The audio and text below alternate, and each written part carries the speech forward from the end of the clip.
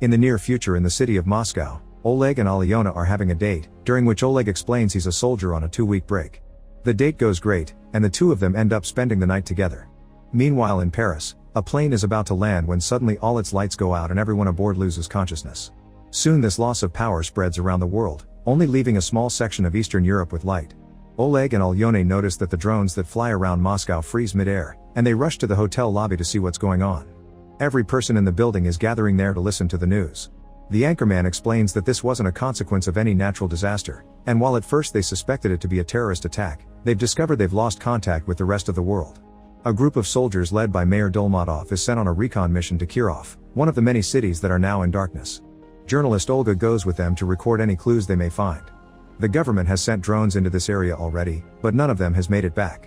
The team wanders around the city and enters a store where they use special slime lights to have a better look. This is how they discover every citizen in here is dead, even the fish in the bowl. They can't help wondering how everyone died since there aren't any indications of an attack. It's as if happened instantly out of nowhere. Then they begin to investigate different apartments, where they find everything in its place as if nothing happened. Once again, it looks like it happened instantly as if people vanished into thin air. Suddenly, one of the soldiers is attacked by a mysterious being. The rest of the team rushes to help him, but as soon as the being sees them, he takes the soldier's weapon and escapes through the window. The team immediately opens fire, but the being doesn't seem affected by bullets and runs away. They take the wounded soldier to their plane and ask him if he saw the face of his attacker, but it was dark and the struggle made it impossible to notice anything. A month later, more than 100 million Russians are considered dead, and the government tries to ask the remaining population to stay calm. However, religious groups are gathering because they think the end of the world is coming. Meanwhile, Yura is one of the many civilians that receives a letter asking him to join the army. Yura lives with his mother who suffers from Alzheimer and it pains him to leave her behind, but he joins the army anyway. When he leaves for the base, he notices the current state of the world, since just 1 month was enough for the streets to look post-apocalyptic.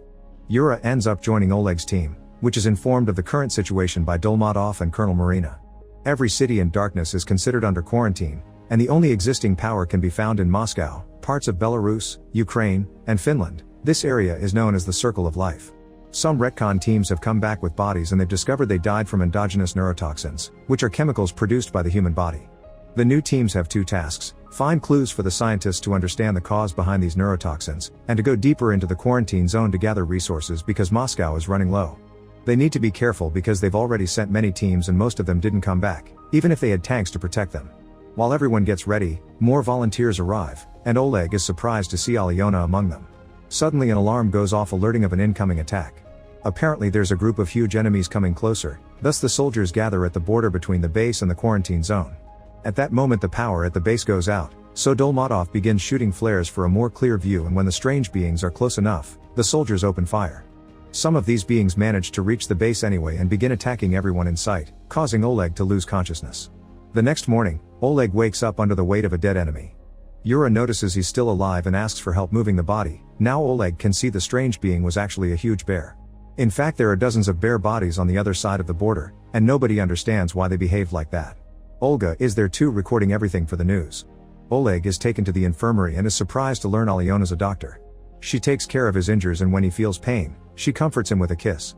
Meanwhile, Marina and Dolmatov discuss the matters of sensors, a group of people that supposedly gained powers after the blackout.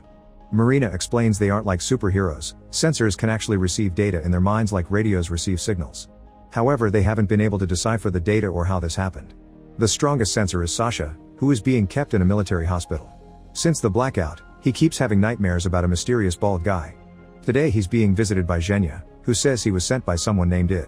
He explains the first wave destroyed all electronics, the second launched the self-destruction of all biological organisms, and the third wave will make anyone still alive in the quarantine zone attack them. There are millions of them, and their free will is gone, but they have time to stop it. Sasha doesn't want anything to do with this and calls for security, but the soldiers can't see Zhenya and tell the doctor that Sasha is hallucinating. The rest of the soldiers get ready for the mission. Yura ends up traveling with Olga, who makes him some questions for the camera. Yura admits he doesn't mind the current situation because it's given his life meaning, and it's better than being a taxi driver. When they make it to the quarantine zone, they discover the tanks destroyed on the ground and a chasm cutting through the buildings, implying the third wave has already begun. The footage of this destruction puts the remaining population in a state of panic, causing riots and an increased crime rate to take over the city. The government promises they're working on it, but people think their leaders are hiding something. The soldiers are divided into groups to cover more ground. Yura and Olga are in Group 7, and as they cross the woods, a flirting tension grows between them. When a recovered Oleg arrives, he joins Team 4, who investigates a small town. One of the soldiers opens a storage room, causing a bunch of metal bars to fall on top of him and hurt his leg. The team decides to rest inside a house until a doctor comes. The next morning, Alyona arrives and announces the soldier will have to return to Moscow with her if he doesn't want to lose his leg. Group 7 also spent the night inside an apartment, and while they're having breakfast, Yura notices something weird about a store. He checks Olga's recording and confirms the doors weren't open when they arrived. Yura and a few soldiers enter the store and find evidence someone was there, so they decide to set up some traps. Then they return to the apartment and wait for the traps to activate. This doesn't happen until night falls. Everyone gets ready to leave, but Yura asks Olga to stay inside and teaches her to use the flares to ask for help if they don't come back. Olga ends up disobeying Yura and follows the team anyway to record everything. Inside the store, they find a teenager that was wounded by the traps. They take him into the apartment and try to help him, but the boy reacts by stealing a knife and killing a soldier. The others immediately react by shooting him down. Meanwhile, Sasha goes to have some fresh air on the hospital roof and is suddenly startled by Id, the guy Zhenya told him about.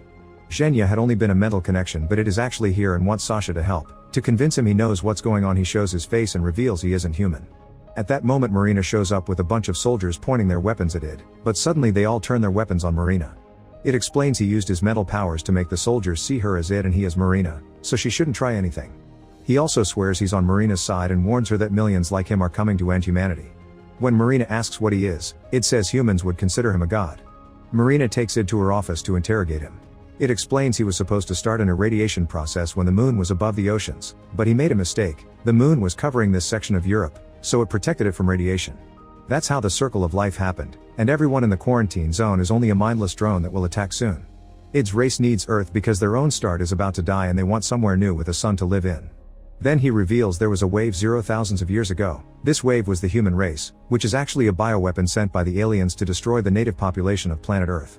It was the previous native people that built the pyramids and underwater cities because they had been much more developed. Humans are the perfect bioweapon because they're destroyers and colonizers, and they share a lot of DNA with Id's people, except they were stripped of any psychic abilities. The unplanned radiation is causing some people like Sasha to get them back. An army from Id's planet is arriving tomorrow, but Id's brother Ra is already here. Id doesn't agree with his methods and wants to find him, but the only one that knows the location is Sasha, thanks to his dreams. In the meantime, all the teams are suddenly attacked by mind-controlled humans. The soldiers immediately open fire and try their best to establish a line of defense, but the enemy comes in huge numbers and doesn't have trouble fighting back, killing most of the teams and causing them to run out of ammo. When the apartment they're hiding in blows up, Yura asks Olga to shoot the flare, but most teams are doing the same thing and there aren't enough resources to help them all. For now, the few remaining members of Group 7 will wait on the roof of a building to be out of the attacker's reach. Marina's conversation with Id is interrupted by a message informing her of the attack, and Id points out they're wasting time. The two of them together with Zhenya and Sasha fly to the base, and during the trip Id explains he's immortal as long as nobody decides to kill him. When they make it to the base, Id puts Sasha in a trance and he manages to draw Ra's location, which is a skyscraper in Kirov. Id wants to mobilize the remaining troops immediately, but when Dolmatov sees Id's appearance, he doesn't know if trusting him.